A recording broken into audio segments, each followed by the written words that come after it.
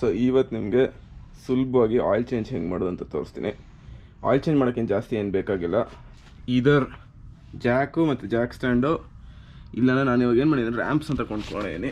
ಆ ರ್ಯಾಂಪ್ಸ್ನ ರ್ಯಾಂಪ್ಸ್ ಮೇಲೆ ಡ್ರೈವ್ ಮಾಡಿದ್ರೆ ಕಾರ್ ಕೆಳಗಡೆ ಹೋಗ್ಬೋದು, ಕಾರ್ ಕೆಳಗಡೆ ಕೆಲಸ ಮಾಡ್ಬೋದು. ಅದು ಬಿಟ್ಟು ಆಯಿಲ್ ಕಲೆಕ್ಟ್ ಮಾಡೋಕ್ಕೆ ಒಂದು ಕಂಟೈನರು, ಆಯಿಲ್ ಫಿಲ್ಟರು ಮತ್ತು ಆಯಿಲು ಆ್ಯಂಡ್ ಅದ್ರ ಜೊತೆ ಇದು ಬ್ರೇಕರ್ ಬರ್ ಅಂತ ಕರೀತಾರೆ. ಬ್ರೇಕರ್ ಬರ್ ಯಾಕೆ ಯೂಸ್ ಮಾಡೋದಂದರೆ ಇದು ಲೆವರೇಜ್ ಜಾಸ್ತಿ ಇರುತ್ತೆ. ಲೆವರೇಜ್ ಜಾಸ್ತಿ ಇದ್ದರೆ ಬೋಲ್ಟ್ ತೆಗೆಯೋದನ್ನ ಸುಲಭ ಆಗುತ್ತೆ. ಅದು ಬಿಟ್ಟು ರ್ಯಾಚೆಟಿಂಗು ಇಲ್ಲಾಂದರೆ ರೆಂಚು, ರೆಗ್ಯುಲರ್ ರೆಂಚು ಯೂಸ್ ಮಾಡ್ಬೋದು. ಸಾಕೆಟ್ಗಳು ಯಾವ ಆಯಿಲ್ ಇದು 5W30 ಅಂತ. ಇದು 5W30 ಹೆಂಗೆ ಅಂದರೆ ಯೂಶ್ವಲಿ ಇದರ ಓನರ್ಸ್ ಮ್ಯಾನ್ಯಲ್ ಇರುತ್ತೆ. ಇಲ್ಲ ಅಂದರೆ ಕಾರಲ್ಲಿ ಆಯಿಲ್ ಕ್ಯಾಪ್ ನೋಡಿದ್ರೆ ಇಲ್ಲಿ ಬರ್ದಿರುತ್ತೆ ನೋಡಿ 5W30 ಅಂತ. ಸೊ ಅದನ್ನು ನೋಡಿದ್ರೆ ಗೊತ್ತಾಗುತ್ತೆ. ಮೋಸ್ಟ್ ಗಾಡಿಗಳು 1.5-2 ಲೀಟ್ರ್ ಗಾಡಿಗಳಿಗೆ 5 ಕ್ವಾರ್ಟ್ಗಿಂತ ಜಾಸ್ತಿ ಆಯಿಲ್ ಬೇಕಾಗಲ್ಲ. ಸೊ ಎಷ್ಟು ಆಯಿಲ್ ಬೇಕೋ ಅದು ನೋಡ್ಕೊಂಡು ಅಷ್ಟು ಕೊಂಡ್ಕೊಂಡ್ರೆ ಕೆಲಸ ಮಾಡ್ಬೋದು. ಫಸ್ಟು ಆಯಿಲ್ ಡ್ರೈನ್ ಮಾಡಬೇಕು. ಡ್ರೈನ್ ಮಾಡೋವಾಗ ಈ ಥರದ್ದು ಏನಾದರೂ ತೊಗೊಂಡ್ರೆ ಇಲ್ಲಿ ಓಪನ್ ಮಾಡೋಕ್ಕೆ ಒಂದು ಸಿಗುತ್ತೆ. ಯಾಕೆಂದರೆ ಇದು ಒಳಗಡೆ ಬಂದರೆ ಇಲ್ಲಿ ವೆಂಟ್ ಆಗೋಕ್ಕೆ ಜಾಗ ಇಲ್ಲ ಅಂದರೆ ಇಲ್ಲಿಂದ ವಾಪಸ್ ಆಚೆ ಬಂದು ಎಲ್ಲ ಕಡೆ ಗಲೀಜು ಮಾಡುತ್ತೆ. ಸೊ ಕಾರ್ ಕೆಳಗಡೆ ಹೋಗಬೇಕು. ಕಾರ್ ಕೆಳಗಡೆ ಹೋಗೋ ಮುಂಚೆ ಫಸ್ಟು ಏನು ಮಾಡಬೇಕು ಅಂದರೆ ಸ್ವಲ್ಪ ಎಂಜಿನ್ ವಾರ್ಮ್ ಆಗಿರಲಿ. ಅಟ್ಲೀಸ್ಟ್ ಒಂದು ನಿಮಿಷ ಓಡಿಸಿದ ಮೇಲೆ ಈ ಮೇಲ್ ಕ್ಯಾಪನ್ನು ಲೂಸ್ ಮಾಡಿ. ಈ ಲೂಸ್ ಮಾಡಿದ್ರೆ ಏನು ಬೆನಿಫಿಟ್ ಏನು ಅಂದರೆ ಇಲ್ಲಿಂದ ಗಾಳಿ ಹೋಗಿ ಎಂಜಿನಿಂದ ಎಲ್ಲ ಕಡೆಯಿಂದ ವಾಪಸ್ ಆಯಿಲ್ ಕೆಳಗಡೆ ಡ್ರೈನ್ ಮಾಡೋಕ್ಕೆ ಬಿಡುತ್ತೆ ಈಸಿಯಾಗಿ, ಸುಲಭವಾಗಿ. ಸೊ ಇದು ಹಿಂಗೆ ಇಟ್ಬಿಟ್ಟು ಲೈಟಾಗಿರಲಿ, ಧೂಳು ಬೀಳ್ದಿರ ಹಿಂಗಿಟ್ರೆ. ನೆಕ್ಸ್ಟು ಕಾರ್ ಕೆಳಗಡೆ ಹೋಗೋಣ. ಸೊ ಇವಾಗ ನಾವು ಕಾರ್ ಕೆಳಗಡೆ ಇದ್ದೀವಿ. ಮೋಸ್ಟ್ ಗಾಡಿಗಳು ಎಸ್ಪೆಷಲಿ ಫ್ರಂಟ್ ವೀಲ್ ಡ್ರೈವ್ ಗಾಡಿಗಳಿಗೆ ಕನ್ಸ್ಟ್ರಕ್ಷನ್ ತುಂಬ ಸಿಮಿಲರ್ ಇರುತ್ತೆ. ಎಂಜಿನ್ ಈ ಕಡೆ ಇರುತ್ತೆ, ಟ್ರಾನ್ಸ್ಮಿಷನ್ ಈ ಕಡೆ ಇರುತ್ತೆ. ಇಲ್ಲಿಂದ ಹಾಫ್ ಶಾಫ್ಟ್ ಅಂತ ಹೋಗುತ್ತೆ. ಹಾಫ್ ಶಾಫ್ಟ್ ಇಲ್ಲಿ ಕನೆಕ್ಟ್ ಆಗುತ್ತೆ ನೋಡಿ, ಇಲ್ಲಿ ಕಾಣಿದ್ರೆ ಇದು ಆ್ಯಕ್ಚುಲಿ ಒಳಗಡೆ ಹೋಗಿ ಇದು ಪವರ್ ಕೊಡುತ್ತೆ ವೀಲ್ಸ್ಗೆ. ಡಿಸ್ಕ್ ಬ್ರೇಕ್ ಕಾಣುತ್ತೆ. ಲೋವರ್ ಕಂಟ್ರೋಲ್ ಆಮು ಮೇಲೆ ಮೆಕ್ಫರ್ಸನ್ ಸ್ಟ್ರಟ್ ಅಂತ, ಅದು ಸ್ಪ್ರಿಂಗು ಮತ್ತು ಸಸ್ಪೆನ್ಷನ್ ಮೇಲೆ ಇರುತ್ತೆ ಶಾಕ್ ಅಬ್ಸಾರ್ಬರು. ಸೊ ಫಸ್ಟ್ ಟೈಮ್ ಮಾಡೋವಾಗ ಸ್ವಲ್ಪ ಕೇರ್ಫುಲ್ಲಾಗಿ ನೋಡಿ, ಬಿಕಾಸ್ ಟ್ರಾನ್ಸ್ಮಿಷನ್ಗೂ ಆಯಿಲ್ ಡ್ರೈನ್ ಇರುತ್ತೆ. ಬರೀ ಎಂಜಿನ್ ಆಯಿಲ್ ಒಂದೇ ಅಲ್ಲ, ಎರಡಕ್ಕೂ ಡ್ರೈನ್ ಇರುತ್ತೆ. ಬಿಕಾಸ್ ಎರಡು ಫ್ಲೂಯಿಡ್ ಮೇಲೆ ಓಡುತ್ತೆ. ಸೊ ಈ ಗಾಡಿಗೆ ಟ್ರಾನ್ಸ್ಮಿಷನ್ ಡ್ರೈನ್ ಬೋಲ್ಟ್ ಇಲ್ಲಿದೆ. ಸೊ ಇದನ್ನು ನಾವು ತೆಗೆದ್ರೆ ತಿರ್ಗಾ ಟ್ರಾನ್ಸ್ಮಿಷನ್ ಫಿಲ್ ಮಾಡೋಕ್ಕೆ. ಸೊ ಕೇರ್ಫುಲ್ಲಾಗಿರಿ. ಎಂಜಿನ್ ಈ ಕಡೆ ಇದೆ. ಎಂಜಿನ್ ಯೂಸ್ ಈ ಥರ ಸಂಪ್ ಇರುತ್ತೆ ಆ್ಯಂಡ್ ಈ ಸಂಪನ್ನ ಇಲ್ಲಿ ತೆಗಿಬೇಕು. ಇದು ತೆಗೆದ್ರೆ ಇಲ್ಲಿಂದ ಡ್ರೈನ್ ಆಗುತ್ತೆ. ಸೊ ಇವಾಗ ನಾನು ಎಂಜಿನ್ ಡ್ರೈನ್ ಬೋಲ್ಟನ್ನು ಲೂಸ್ ಮಾಡೀನಿ. ಫುಲ್ ತೆಗೆದಿಲ್ಲ, ಬಟ್ ಲೂಸ್ ಮಾಡೀನಿ. ಇವಾಗ ಈ ಕಾರಲ್ಲಿ ಸ್ವಲ್ಪ ಸುಲಭನೇ, ಯಾಕಂದರೆ ಡ್ರೈನ್ ಬೋಲ್ಟ್ ಇಲ್ಲಿದೆ, ಕೆಳಗಡೆ ಇದೆ. ಸೊ ತೆಗೆದ್ರೆ ಹಿಂಗೆ ಇಲ್ಲಿ ಮೇಲಿಂದ ತೆಗಿಬೋದು. ಕೆಲವು ಕಾರಲ್ಲಿ ಇಲ್ಲಿ ಸೈಡಲ್ಲಿ ಇರುತ್ತೆ, ಇಲ್ಲಿ ಮುಂದೆ ಹಿಂದೆ ಇರುತ್ತೆ. ಈ ಥರ ಇಡುವಾಗ ಈ ಪ್ಯಾನಲ್ ಸ್ವಲ್ಪ ದೂರ ಇಡಿ, ಬಿಕಾಸ್ ಫಸ್ಟ್ ಆಯಿಲ್ ಬಂದಾಗ ಸ್ವಲ್ಪ ಆಚೆ ದೂರ ಜಂಪ್ ಆಗುತ್ತೆ. ಸೊ ಇಲ್ಲೇ ಇಟ್ಟರೆ ಇದು ಸ್ವಲ್ಪ ಆಚೆ ಎಲ್ಲ ರೀಚ್ ಮಾಡುತ್ತೆ. ಸೊ ಸ್ವಲ್ಪ ಪ್ಲಾನಿಂಗ್ ಇದ್ದರೆ ಇನ್ನು ಸ್ವಲ್ಪ ದೂರ ಇಟ್ಕೊಂಡ್ರಿ. ಇದ್ರಲ್ಲಿ ಸ್ವಲ್ಪ ಸುಲಭ, ಯಾಕಂದರೆ ಇದು ಸ್ಟ್ರೇಟ್ ಕೆಳಗಡೆ ಬರುತ್ತೆ. ಸೊ ಇವಾಗ ಇನ್ನೊಂದು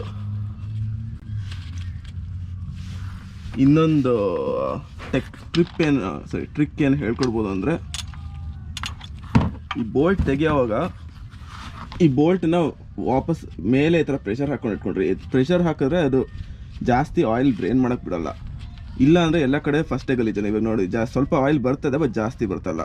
ಸೊ ಹಿಂಗೆ ಇಟ್ಕೊಂಡು ಒಳಗಡೆ ತೊಳ್ಕೊಂಡು ತೆಗೆದ್ರೆ ಫುಲ್ ಲೂಸ್ ಆಗೋ ತನಕ ಹಿಂಗೆ ತೆಗೀರಿ. ಲಾಸ್ಟ್ ಮಿನಿಟ್ಟು ಲೂಸ್ ಆದಮೇಲೆ ಅಷ್ಟೇ. ಸೊ ಅಷ್ಟೊಂದು ಸ್ವಲ್ಪ ಗಲೀಜು ಆಗೇ ಆಗುತ್ತೆ, ಏನು ಮಾಡೋಕ್ಕಾಗಲ್ಲ, ಬಟ್ ಅಷ್ಟೊಂದು ಗಲೀಜ್ ಆಗಲ್ಲ. ಸೊ ಆಯಿಲ್ ಇವಾಗ ಡ್ರೈನ್ ಆಗ್ತದೆ. ಇನ್ನೊಂದೇನು ಇಂಪಾರ್ಟೆಂಟ್ ಅಂದರೆ ಈ ಆಯಿಲ್ ಡ್ರೈನ್ ಬೋಲ್ಟ್ ಇವಾಗ ನಾನು ಕ್ಲೀನ್ ಮಾಡಿದ್ದೀನಿ ಪೇಪರ್ ತೊಗೊಂಡು. ಸೊ ಈ ಆಯಿಲ್ ಡ್ರೈನ್ ಬೋಲ್ಟಲ್ಲಿ ಒಂದು ವಾಷರ್ ಇರುತ್ತೆ. ಬೇರೆ ಗಾಡಿಗೆ ಬೇರೆ ಥರ ವಾಷರ್ ಇರುತ್ತೆ. ಕೆಲವು ಬ್ರಾಸ್ ವಾಷರ್ ಇರುತ್ತೆ, ಕೆಲವು ಈ ಥರ ರಬ್ಬರ್ ವಾಷರ್ ಇರುತ್ತೆ.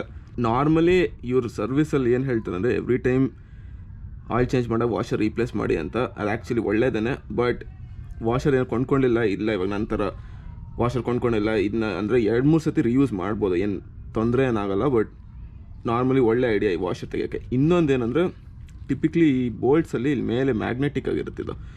ಸೊ ಇದು ಲೈಟ್ಲಿ ಮ್ಯಾಗ್ನೆಟಿಕ್ ಆಗಿರುತ್ತೆ. ಈ ಮ್ಯಾಗ್ನೆಟ್ ಮೇಲೆ ಏನಾದ್ರು ಮೆಟಲ್ ಶೇವಿಂಗ್ಸ್, ಮೆಟಲ್ ಪಾರ್ಟಿಕಲ್ಸ್ ಇತ್ತು ಅಂದರೆ ತೊಂದರೆ. ಬಿಕಾಸ್ ಅವಾಗ ಎಂಜಿನಲ್ಲಿ ಏನಾದ್ರು ಇಶ್ಯೂ ಇದೆ, ಎಂಜಿನಲ್ಲಿ ತುಂಬ ಏನೋ ಮೆಟಲ್ ಆನ್ ಮೆಟಲ್ ಗ್ರೈಂಡಿಂಗ್ ಆಗ್ತದೆ.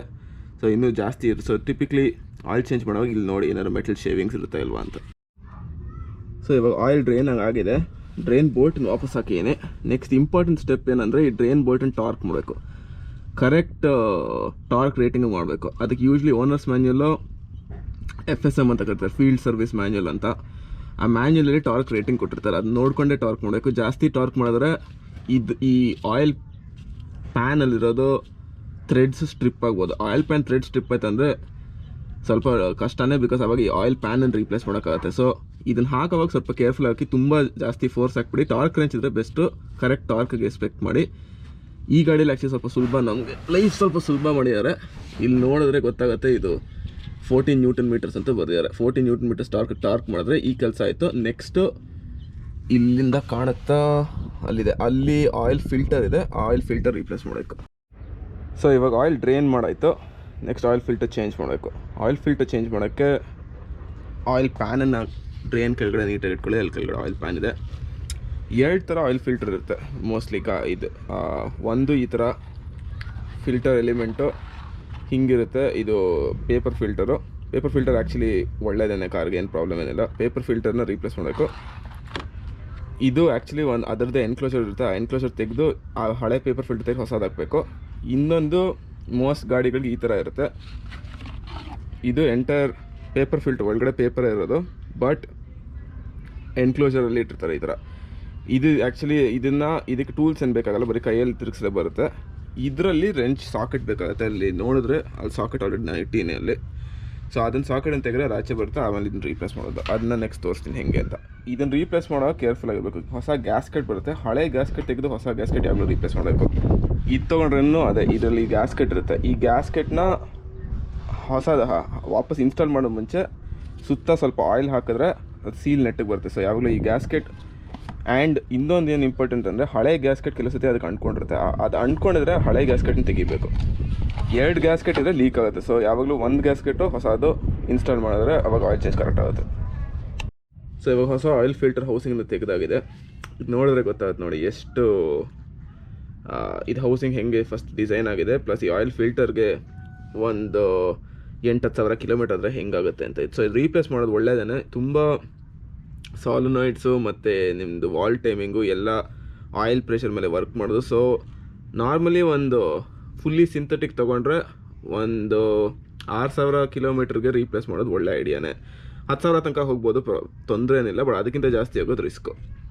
ಎನಿವೆ, ಇದನ್ನು ಇವಾಗ ತೆಗೆದು ಇನ್ನೊಂದು ಹಾಕಿದ್ರೆ ರೀಪ್ಲೇಸ್ ಮಾಡ್ಬೋದು. ಇಲ್ಲಿ ಈ ಬ್ಲೂ ಕಲರ್ ಗ್ಯಾಸ್ಕೆಟ್ ಇಲ್ಲಿದೆ ನೋಡಿ, ಇಲ್ಲಿ ಕಾಣುತ್ತೆ. ಇದನ್ನ ಟಿಪಿಕ್ಲಿ ಈ ಥರ ಚಿಕ್ಕದಾಗಿ ಯಾರಾದರೂ ಸ್ಕ್ರೂ ಡ್ರೈವರ್ ಇದ್ದರೆ ಇಲ್ಲಿಂದ ಹಾಕಿ ತೆಗಿಬೋದು. ಇದಕ್ಕೂ ಟಾರ್ಕ್ ಇರುತ್ತೆ, ಇದಕ್ಕೂ ಇಲ್ಲಿ ಟಾರ್ಕ್ ವ್ಯಾಲ್ಯೂ ಕೊಟ್ಟಿರೋ ನೋಡಿ 25 ನ್ಯೂಟನ್ ಮೀಟ್ರ್ ಅಂತ. ಸೊ ಎಲ್ಲದಕ್ಕೂ ಟಾರ್ಕ್ ವ್ಯಾಲ್ಯೂಸ್ ಇರುತ್ತೆ, ಅದೇ ವ್ಯಾಲ್ಯೂಗೆ ಟಾರ್ಕ್ ಮಾಡಬೇಕು. ನೀವು ಆ ವ್ಯಾಲ್ಯೂಗೆ ಟಾರ್ಕ್ ಮಾಡಲಿಲ್ಲ ಅಂದರೆ ಈ ಗ್ಯಾಸ್ಕೆಟ್ ಓವರ್ ಕಂಪ್ರೆಸ್ ಆಗುತ್ತೆ. ಓವರ್ ಕಂಪ್ರೆಸ್ ಆದರೆ ತಿರ್ಗಾ ಲೀಕಿಂಗ್ ಚಾನ್ಸಸ್ ಎಲ್ಲ ಇದೆ. ಸೊ ಯಾವಾಗಲೂ ಕೇರ್ಫುಲ್ ಆಗಿರ್ಬೇಕು ಆ ಥರ ಟಾರ್ಕ್ ಸೆಟ್ ಮಾಡುವಾಗ.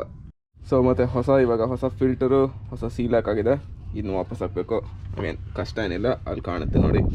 ಫಸ್ಟ್ ಹ್ಯಾಂಡ್ ಸ್ಟಾರ್ಟ್ ಮಾಡ್ತೀನಿ.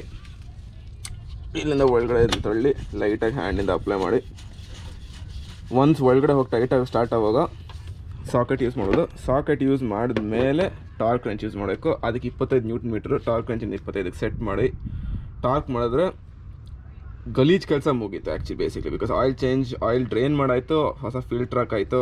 ನೆಕ್ಸ್ಟು ಆಯಿಲ್ ಫಿಲ್ ಮಾಡಬೇಕು. ಡ್ರೈನ್ ಮಾಡಾಯಿತು, ನೆಕ್ಸ್ಟ್ ಆಯಿಲ್ ತುಂಬಿಸ್ಬೇಕು. ಈ ಆಯಿಲಿಗೆ ಎಲ್ಲ ಎಂಜಿನ್ಗೂ ಒಂದು ಪರ್ಟಿಕ್ಯುಲರ್ ಕ್ವಾರ್ಟ್ಸ್ ಅಂತ ಬರೆದಿರ್ತಾರೆ, ಎಷ್ಟು ಲೀಟರ್ ತುಂಬಿಸ್ಬೇಕು ಅಂತ. ಇದಕ್ಕೆ ಕ್ವಾರ್ಟ್ ಲೀಟರ್ 2 ಆಲ್ಮೋಸ್ಟ್ ಒಂದೇ, ಇಲ್ಲಿ ನೋಡಿದ್ರೆ ಗೊತ್ತಾಯ್ತು 2 ಒಂದೇ. ಈ ಕಡೆಗೆ 4.5 ಲೀಟ್ರ್ ಹಾಕಬೇಕು. ಅದು ಪ್ರಾಬ್ಲಮ್ ಏನಂದರೆ, ಇದಕ್ಕಿಂತ ಜಾಸ್ತಿ ಹಾಕಿದ್ರೆ ಎಂಜಿನಲ್ಲಿ ಅದು ಫೋಮ್ ಆಗಿ ಅದು ಇಶ್ಯೂಸ್ ಆಗುತ್ತೆ. ಸೊ ತುಂಬ ಆಯಿಲ್ ಹಾಕೋದನ್ನು ಒಳ್ಳೆಯದಲ್ಲ. ಸೊ ಎಷ್ಟು ಹಾಕ್ತೀರ ಅಂತ ನೋಡೋದು ಇಲ್ಲಿ ಆ್ಯಕ್ಚುಲಿ ಈಸಿ. ಇಲ್ಲಿ ಲೈನ್ ಇದೆ ನೋಡಿ, ಈ ಲೈನಲ್ಲಿ ಇಲ್ಲೆಲ್ಲಿ ಕಟ್ಟಾಗುತ್ತೋ ಅಲ್ಲಿ ಎಷ್ಟಿದೆಯೋ ಅಷ್ಟು ಆಯಿಲ್ ಇದೆ. ಇದ್ರದ್ದು ಇದು ಲಾಸ್ಟ್ ಟೈಮ್ ಹಾಕಿದ್ದು, ಇದ್ರಲ್ಲಿ ಕಾಣುತ್ತೆ ನೋಡಿ ಎಷ್ಟು ಆಯಿಲ್ ಇದೆ ಅಂತ. ಒಂದು ಲೀಟ್ರಷ್ಟು, 1 ಲೀಟ್ರ್ಗಿಂತ ಸ್ವಲ್ಪ ಜಾಸ್ತಿ ಇದೆ. ಇದರಲ್ಲಿ 5 ಫುಲ್ ಲೀಟ್ರ್ ಇದೆ ಎವ್ರಿ ಲೆವೆಲ್ ಇದೆ. ಈ ಥರ ಡಿಸೈನ್ ಇಲ್ದಾರನು ಮೋಸ್ಟಲ್ಲಿ ಗೊತ್ತಾಗುತ್ತೆ ಈ ಥರ ಎಷ್ಟು ಲೀಟರ್ ಇದೆ ಅನ್ನೋದ್ಮೇಲೆ. ಇದ್ರಲ್ಲಿ ಬರ್ದಿರ್ತಾರೆ 5 ಲೀಟ್ರ್ 1 ಲೀಟ್ರ್ ಅಂತ. ಆ ಲೀಟ್ರ್ ನೋಡ್ಕೊಂಡು ತುಂಬಿಸ್ಬೇಕು. ಕರೆಕ್ಟ್ ಕ್ವಾಂಟಿಟಿಗೆ ತುಂಬಿಸಿದ್ರೆ ಒಳ್ಳೆಯದು. ಆ್ಯಂಡ್ ತುಂಬಿಸಿದ್ಮೇಲೆ ಇದೇ ಹಳೆ ಡಬ್ಬಿನ ಹಳೆ ಆಯಿಲ್ ಹಾಕಿ ಯೂಸ್ ಮಾಡ್ಬೋದು, ರೀಸೈಕಲ್ ಮಾಡೋಕ್ಕೆ. ಒಳ್ಳೆ ಕರೆಕ್ಟ್ ರೀಸೈಕ್ಲಿಂಗ್ ಫೆಸಿಲಿಟಿಗೆ ಹೋಗಿ. ಸೊ ಫೈನಲಿ ಆಯಿಲ್ ತುಂಬಿಸ್ಬೇಕು. ಮಿಕ್ಕಿದ ಕೆಲಸ ಎಲ್ಲ ಮಾಡಿದ್ಮೇಲೆ ನನ್ನ ಹತ್ರ ಫನಲ್ ಇದೆ, ಫನಲ್ ಇಲ್ದಿರಾನು ಮಾಡ್ಬೋದು, ಸ್ವಲ್ಪ ಕೇರ್ಫುಲ್ಲಾಗಿ ಇಟ್ಕೊಂಡು. ಈ ಆಯಿಲ್ ಕ್ಯಾಪ್ ತೆಗೆದುಬಿಟ್ಟು ಇಲ್ಲಿಂದ ಹಿಂಗೆ ತುಂಬಿಸ್ಬೇಕು. ಸೊ ಕೇರ್ಫುಲ್ಲಾಗಿ ಒಂದು ಕೈಯಲ್ಲಿ ಟ್ರೈ ಮಾಡ್ತೀನಿ ನಿಮ್ಗೆ ತೋರ್ಸೋಕ್ಕೆ. ಸೊ ಏನಿದೇನು ಕಷ್ಟ ಏನಿಲ್ಲ, ಸ್ಲೋ ಆಗಿ ಆಯಿಲ್ನ ಈ ಥರ ಹಿಂಗೆ ತುಂಬಿಸಿದ್ರೆ ಕರೆಕ್ಟ್ ಲೆವೆಲ್ ತನಕ. ಆಮೇಲೆ ಮಾಡಿ ಮುಗಿಸಿದ ಮೇಲೆ ಈ ಆಯಿಲ್ ಡಿಪ್ಸ್ಟಿಕ್ ಇದೆಯಲ್ಲ, ಈ ಡಿಪ್ಸ್ಟಿಕ್ಕಲ್ಲಿ ಲೆವೆಲ್ ಚೆಕ್ ಮಾಡಬೇಕು. ಸೊ ಮಾಡಿ ಮುಗಿಸಿದ ಮೇಲೆ ಈ ಲೆವೆಲ್ ಮಧ್ಯದಲ್ಲಿ ಕರೆಕ್ಟಾಗಿದೆ ವೈಪ್ ಮಾಡಿಬಿಟ್ಟು ತಿರ್ಗಾ ಇನ್ಸರ್ಟ್ ಮಾಡಿ ಕರೆಕ್ಟಾಗಿದೆ ಲೆವೆಲ್ಲು ಅಂತ ಚೆಕ್ ಮಾಡಿದ್ರೆ ಆವಾಗ ಕೆಲಸ ಮುಗೀತು ಅಷ್ಟೇ. ಸೊ ಕಷ್ಟ ಏನಿಲ್ಲ, ಒಂದೆರಡು ಥಿಂಗ್ಸ್ ರಿಮೆಂಬರ್ ಮಾಡ್ಕೋಬೇಕು. 2 ಸತಿ ಮಾಡಿದ್ಮೇಲಂತೂ ಇದೇನು ತುಂಬಾ ಸುಲಭ ಆಗುತ್ತೆ, ನಿಮ್ಗೆ ನೆಕ್ಸ್ಟ್ ಟೈಮ್ ಏನು ತೊಂದರೆ ಆಗೋಲ್ಲ. ಸೊ ಒಂದು 2 ಸತಿ ಮಾಡಬೇಕು. ಬೇಸಿಕ್ ಟೂಲ್ಸ್ ಸ್ಟಾರ್ಟ್ ಮಾಡೋಕ್ಕೆ ತೊಗೊಂಡ್ರೆ ಸಾಕು. ಸೊ ಅಷ್ಟೇ, ಇದೇನು ಆಯಿಲ್ ಚೇಂಜ್ ಮಾಡೋದೇನು ಕಷ್ಟ ಏನಿಲ್ಲ. ಇನ್ನು 2 ಅಡ್ವೈಸು, ಇದು ಮಾಡೋವಾಗ ಬೇರೆದು ಫ್ಲೂಯಿಡ್ ಲೆವೆಲ್ಸ್ ಚೆಕ್ ಮಾಡಿ. ಸೊ ಕೂಲೆಂಟ್ ಲೆವೆಲ್ ಚೆಕ್ ಮಾಡಿ. ಇದರಲ್ಲಿ ಆ್ಯಕ್ಚುಲಿ ಕೂಲೆಂಟ್ ಕಮ್ಮಿ ಇತ್ತು, ನಾನು ಕೂಲೆಂಟ್ ಸ್ವಲ್ಪ ಜಾಸ್ತಿ ಟಾಪ್ ಅಪ್ ಮಾಡಿದೆ. ಬ್ರೇಕ್ ಫ್ಲೂಯಿಡ್ ಲೆವೆಲ್ ಚೆಕ್ ಮಾಡಿ. ಪವರ್ ಸ್ಟೀರಿಂಗ್ ಫ್ಲೂಯಿಡ್ ಇದೆ, power steering level fluid check ಮಾಡಿ.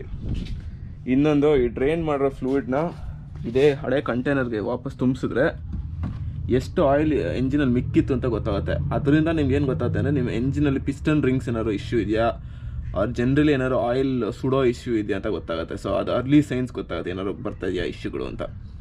ಸೊ ಆ ಥರ ಏನಾದ್ರು ಟಿಪಿಕ್ಲಿ ಹೆವಿಯರ್ ವೇಟ್ ಆಯಿಲ್ಗೆಲ್ಲ ಹೋಗ್ಬೋದು ಪಾಸಿಬ್ಲಿ. ಬಟ್ ಅದು ಇನ್ನೊಂದು ಆಪರ್ಚುನಿಟಿ ಇದೆ ಚೆಕ್ ಮಾಡೋಕ್ಕೆ ಆಯಿಲ್ ಚೇಂಜ್ ಮಾಡೋವಾಗ. ಫೈನಲಿ ಹೆಂಡತಿ ಪಕ್ಕದ ಮನೆಯವರು ಭೂಮಿ ಕೈ ಬೈಸ್ಕೋಬಾರ್ದಂದ್ರೆ ಮಾಡಿದ ಗಲೀಜನ್ನೆಲ್ಲ ಕರೆಕ್ಟಾಗಿ ಇದು ಪೇಪರ್ ತೊಗೊಂಡು ವೈಪ್ ಮಾಡಿ ಇದನ್ನ ಕರೆಕ್ಟಾಗಿ ರೀಸೈಕಲ್ ಮಾಡಿ. ಮೋಸ್ಟ್ ಗರಾಜುಗಳು ತೊಗೋತಾರೆ, ಸೊ ಅದನ್ನ ನೆಟ್ಟು ನೋಡಿಕೊಂಡು ರೀಸೈಕಲ್ ಮಾಡಿ. Thank you.